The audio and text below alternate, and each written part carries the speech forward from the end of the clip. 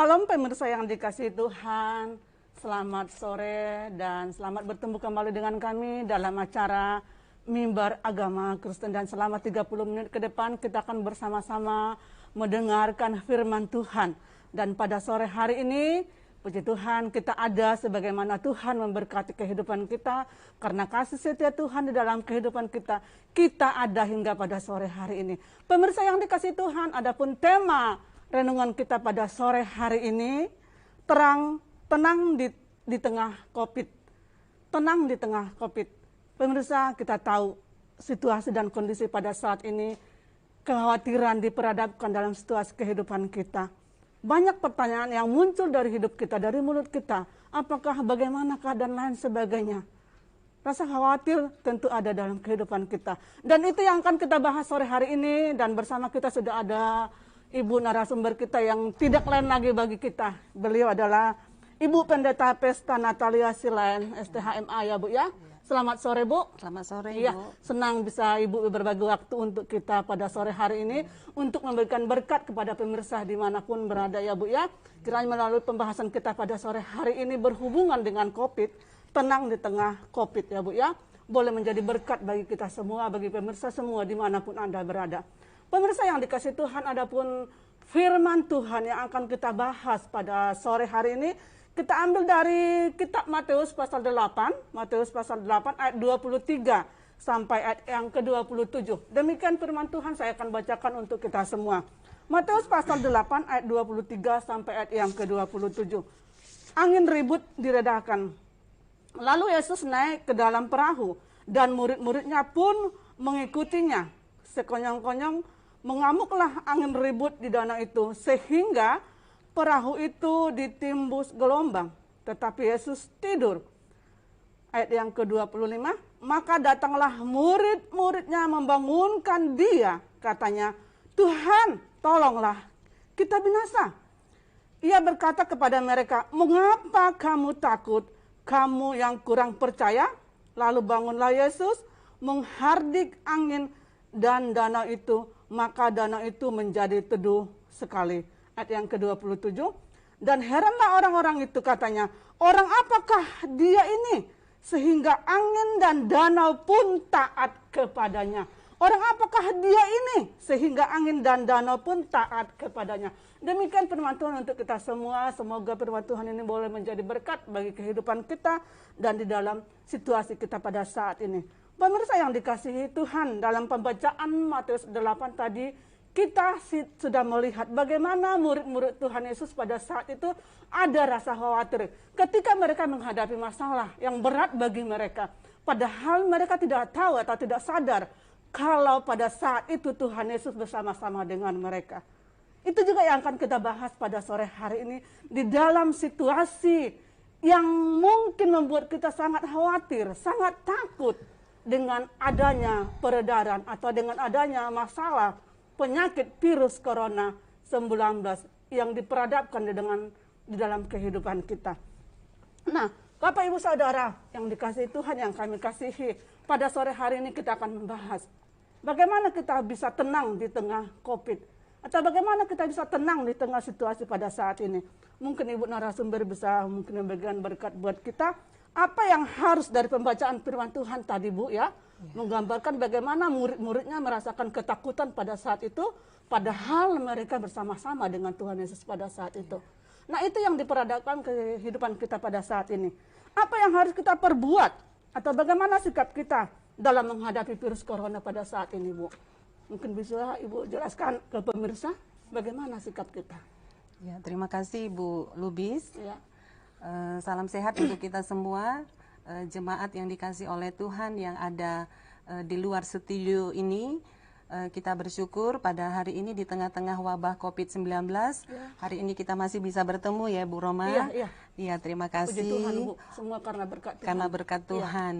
Jadi tema pada hari ini sengaja kita angkat, tenang di tengah COVID. Tenang di tengah COVID ini kita sesuaikan dengan konteks wabah yang sedang kita hadapi, situasi sekarang ini. Jadi kalau tadi firman Tuhan sudah dibacakan dari Matius 8 ayat 23 sampai 27, di mana Tuhan Yesus sedang bersama dengan 12 muridnya berada di dalam sebuah kapal. Mereka sedang menyeberang ke suatu tempat, tetapi tiba-tiba mereka diperhadapkan oleh gelombang yang sangat besar. Ini menjadi sebuah pertanyaan. Mungkin banyak orang bertanya mengapa Tuhan Yesus itu yang adalah juga Allah yang menjelma menjadi manusia, dia adalah juga juru selamat, tetapi dia mengalami gelombang yang sangat besar. Demikian juga murid-murid, sebenarnya murid sedang taat kepada Tuhan Yesus karena Tuhan Yesus yang mengajak mereka untuk menaiki perahu. Tetapi kenapa juga gelombang itu menerpa mereka? Gelombang yang sangat besar. Itu yang membuat murid-muridnya rasa takut ya Bu ya? Iya, ada rasa takut. Mereka akhirnya mengalami ketakutan. Menjadi catatan kenapa takut? Saya pikir itu respon pertama ketika menghadapi sesuatu yang sangat di luar pemikiran mereka. Respon pertama takut itu adalah hal yang wajar. Itu adalah hal yang manusiawi. Tetapi yang kita lihat di sini, mereka ternyata di dalam takut itu, mereka mengira bahwa mereka akan mengalami kematian. Sehingga dikatakan, Tuhan bangun, kita akan binasa. Jadi seolah-olah ada tingkat stres yang sedang mereka ucapkan kepada Tuhan, bangunlah, kita akan binasa. Jadi ketakutan yang membuat mereka lupa bahwasannya ada Tuhan bersama dengan mereka. Jadi kalau ini kita bawakan ke dalam kehidupan kita sekarang, ketakutan, paranoid yang berlebihan yang sedang dihadapi oleh banyak umat manusia di seluruh dunia, respon awal kita takut karena ada kematian di mana-mana yang kita dengar. Saya pikir itu hal yang wajar. Tetapi bagaimana kita menghadapi selanjutnya itu barangkali yang perlu. Nah, bergambar dengan firman Tuhan pada hari ini sesuai dengan pertanyaan Ibu tadi, apa yang harus kita perbuat ya? Bagaimana sikap kita dalam menghadapi virus corona ini? Seperti perkataan Tuhan Yesus kepada mereka, kepada murid-muridnya, saya pikir yang mau Tuhan katakan jangan takut. Jangan takut. Dalam Alkitab kita tahu ada 365 kali kata jangan takut. Itu 365 itu Bu adalah menunjukkan jumlah hari dalam 1 tahun ya. Berarti Tuhan mau katakan setiap hari firman Tuhan mau katakan kepada kita jangan takut. Jangan takut. Ya. Jadi di tengah-tengah COVID ini mau berbicara kepada kita jangan takut. Tetapi jangan takut yang dimaksud adalah bukan berarti jangan takut kita menjadi hidup sembrono, tidak. Tetapi jangan takut artinya adalah jangan panik tetapi tenanglah. Ya tenanglah, seperti Tuhan Yesus dia tenang, walaupun ombak besar datang, dia tidur, begitu dia tenang ketika ombak sudah datang. Nah itu yang mau kita tiru, dia mengalami ketenangan, demikian umat Tuhan di tengah-tengah COVID ini, jangan panik, tetapi tenanglah, tetapi di dalam tenang itu ada kewaspadaan, tetap waspada, itu yang pertama. Yang kedua itu, terkoneksilah dengan Tuhan. Karena ketenangan itu akan kita peroleh ketika kita terus memelihara konektivitas kita dengan Tuhan melalui doa. Melalui doa kita. Kita tidak boleh takut, tadi seperti Ibu yang bilang, kita tidak boleh takut karena Tuhan tetap menjaga kita. Nah, mungkin hanya sebatas ungkapan, gampang mungkin ya Bu ya. Kita jangan takut, kita ketemu dengan saudara kita, jangan takut. Mungkin itu hanya sebatas ungkapan. Nah, bagaimana kita untuk mengatasi ketakutan tersebut? Iya, jadi untuk pertanyaan bagaimana kita mengatasi Ketakutan itu, tersebut. karena mungkin ketakutan akan berulang-ulang datang. Iya, Kita manusia, Iya. kita bukan Tuhan. orang yang sempurna. Iya, Kita bukan Tuhan. Kadangkala bisa takut itu hilang, tetapi kemudian kalau kita melihat ada peristiwa kematian karena COVID, kemudian takut itu datang kembali. Karena itu bagaimana mengatasinya? Tentu di dalam mengatasi ini perlu kita mengafirmasi firman Allah. Jadi firman Allah itu terus-menerus ada di dalam hati dan pikiran kita, itu yang kita afirmasi. Ya, ada pegangan kita bahwasanya kita tidak usah takut karena ada Tuhan yang menyertai kita. Karena itu, mari kita perbanyak untuk berdoa. Berdoa Ibu Iya, ya. kita perbanyak berdoa, kita perbanyak untuk mendekatkan diri kepada Tuhan, karena Tuhan saja penolong kita. Jadi justru Tuhan itu sendirilah yang memberikan ketenangan kepada kita dengan terus-menerus, tadi saya bilang terkoneksilah dengan Tuhan. Iya. Ya, hati kita. Jadi ketika kita masuk ke mall, terkoneksilah dengan Tuhan supaya Tuhan pelihara hidup kita.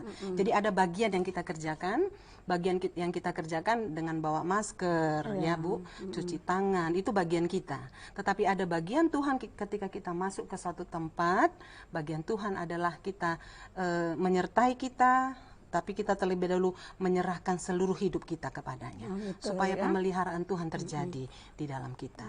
Kita tetap berdoa, intinya tadi kita tetap berdoa, karena mungkin dengan kita banyak berdoa dan selalu waspada, membuat kita ketakutan yang kita miliki akhirnya berkurang ya Bu ya. Iya, Oke. Nah mungkin kita hanya berkata, oh ya COVID itu hanya ada bagi orang yang tidak percaya. Ada mungkin ungkapan itu yang berkata. Nah, dan seperti saat Tuhan Yesus bersama dengan murid-muridnya, murid-muridnya pasti berkata pada saat mereka diperhadapkan ke situasi yang mereka takut, kenapa ini harus terjadi? Ada pertanyaan mungkin dari murid-muridnya seperti itu. Kenapa ini harus terjadi? Padahal kita bersama-sama dengan Tuhan Yesus. Mungkin itu pertanyaan bagi murid-muridnya. Nah, mungkin saat ini ada muncul pertanyaan dari kita manusia. Tadi Ibu bilang kita kan manusia biasa yang tidak sama dengan sempurna. Kekurangan sangat penuh, banyak kekurangan kita ya Bu ya. Nah, mengapa pandemi ini ada Bu? Apa ini teguran buat kita atau bagaimana? Ini pertanyaan yang sangat bagus ya Bu ya. Semua orang bertanya ini, mengapa ini harus pandemi ada? Ya. Karena semua agama bertanya. Iya, karena ini sudah saya di kota Jambi aja sudah kita lihat yang positif sudah sampai ratusan atau ribuan mungkin ya Bu ya. Nah, kita tidak melihat dari faktor Indonesia dulu, kita melihat dari seluruh Indonesia. Merata, pandemi ini merata ya. Jadi mengapa pandemi ini harus ada gitu loh Bu, yang situasi pada saat ini. Oke, jadi ketika kita menjawab pertanyaan mengapa pandemi itu ada, dari sudut kacamata rohani kita melihat. Ya. Kalau kita melihat dalam perjanjian lama, setiap kejadian yang ada di dunia ini, apakah itu wabah, penyakit yang menyebar kemana-mana, kalau dalam perjanjian lama itu tidak terlepas dari dosa. Ya, jadi akibat dosa maka akan muncullah kematian, akan muncullah penyakit dan lain sebagainya. Tetapi ada beberapa ayat juga yang menolong kita untuk menjawab pertanyaan itu, ya, di mana ketika ada satu orang, seorang anak kecil yang sedang mengalami kebutaan dari sejak dia lahir, dalam pelayanan Tuhan Yesus. Ada orang yang bertanya kepada Tuhan Yesus, mengapa anak ini buta? Apakah dia buta karena dia adalah orang yang berdosa? Atau? Kata orang banyak. Tetapi Tuhan Yesus menjawab, jawaban Yesus sangat sederhana, bukan karena dosanya, tetapi supaya nyatalah kemuliaan Tuhan. Oke, bukan karena dosa, tapi supaya nyatalah kemuliaan Allah Tuhan. Ya Bu ya gitu. Iya. Oke Bu, kita tahan dulu sejenak, nanti kita akan lanjut kembali setelah iklan yang berikut ini.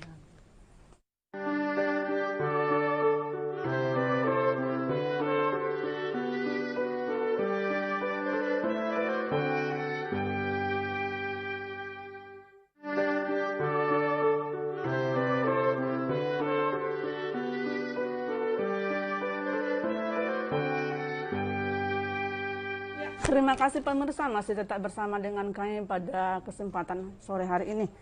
Ibu, seperti tadi pertanyaan kita, bagaimana kita untuk menghadapinya?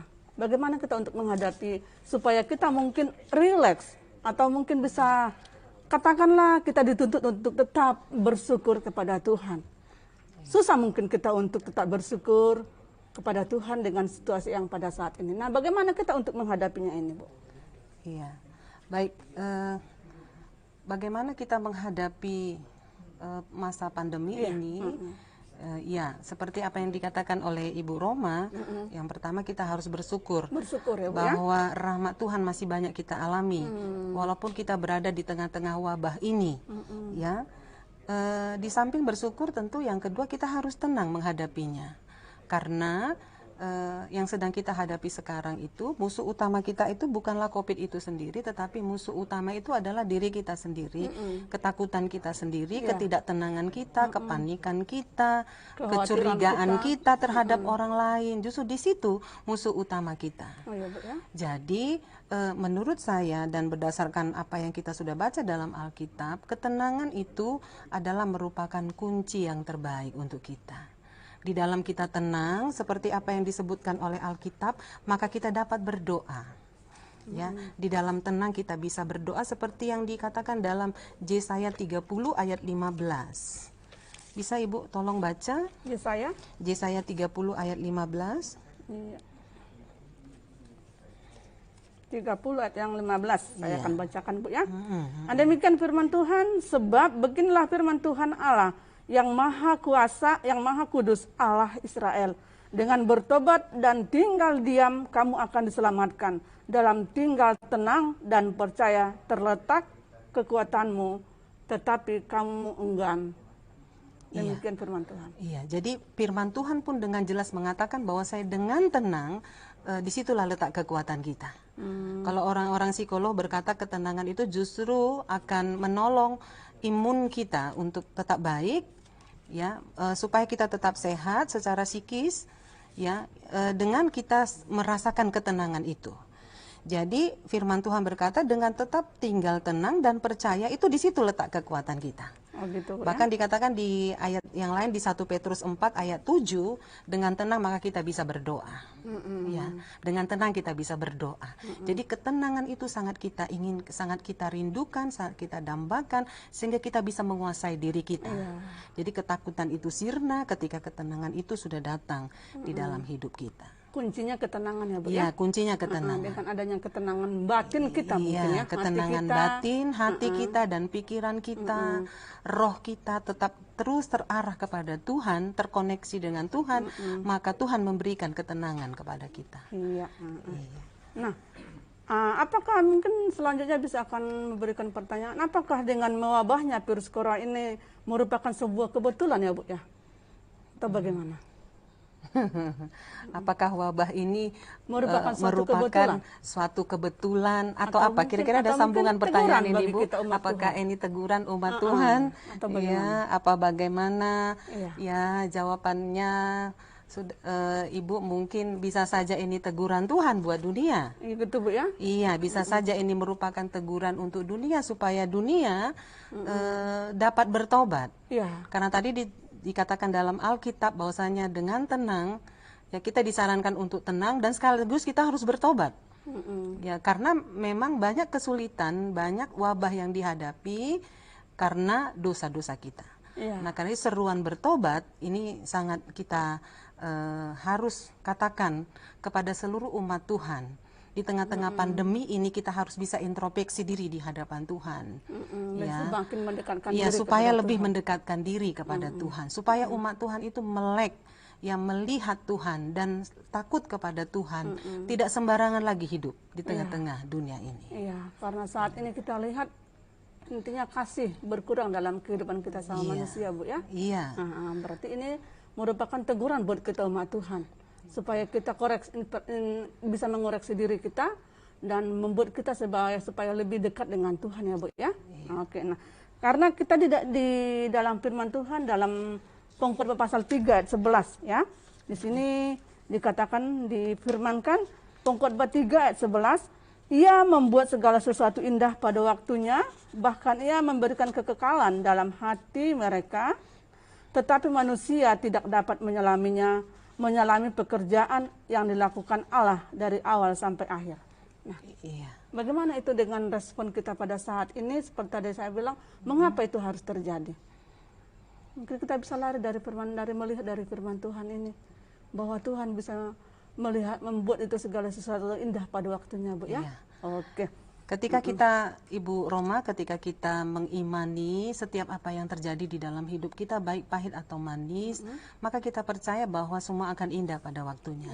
Di balik penderitaan yang sedang dialami sekarang ini, ada yang ingin Tuhan katakan kepada kita. Ada yang ingin Tuhan katakan kepada seisi dunia. Tetapi yang penting adalah bukan mau kita cari mengapa pandemi ini terjadi, tetapi bagaimana kita menghadapi pandemi ini. Sama seperti Ayub, ya. Mungkin kita seluruh umat Tuhan tahu kisah tentang Ayub. Ayub adalah orang yang setia dan baik hati di hadapan Tuhan, tetapi dia mengalami banyak penderitaan. Ya, tetapi di dalam penderitaan itu dia tidak sibuk bertanya mengapa ini terjadi, tetapi dia lebih sibuk mengkoreksi dirinya, kemudian dia lebih sibuk menggali dirinya bagaimana dia menghadapi penderitaan ini. Nah, sehingga kalau kita lihat ending kehidupan Ayub, seperti yang dikatakan pengkhotbah, semua indah pada waktunya. Ayub akhirnya menerima berkat Tuhan berkelimpahan, karena hingga endingnya dia bisa menghadapi penderitaan itu dengan baik. Jadi kita melihat bahwa kalaupun virus ini terjadi, diizinkan Tuhan ini terjadi di tengah-tengah dunia ini, ada rencana Tuhan yang terindah. Nah, karena itu bagaimana kita umat Tuhan mensikapinya dengan cara positif, ya, seperti yang saya katakan tadi, kita lebih mendekatkan diri kepada Tuhan. Yang kedua adalah inilah waktunya kita lebih banyak berkumpul bersama dengan keluarga. Karena sekarang waktu kita sudah banyak dibatasi untuk berkegiatan di luar, toh? Iya, orang sudah mungkin mengurangi kegiatan di luar rumah dengan kumpul-kumpul bersama. Tetapi sekarang ini kita sudah diarahkan untuk lebih bersekutu bersama dengan keluarga, ya, Bu, ya? bersama-sama memuji Tuhan dalam keluarga. Oke, Bu, untuk sementara kita sambung sebentar lagi setelah iklan yang berikut ini.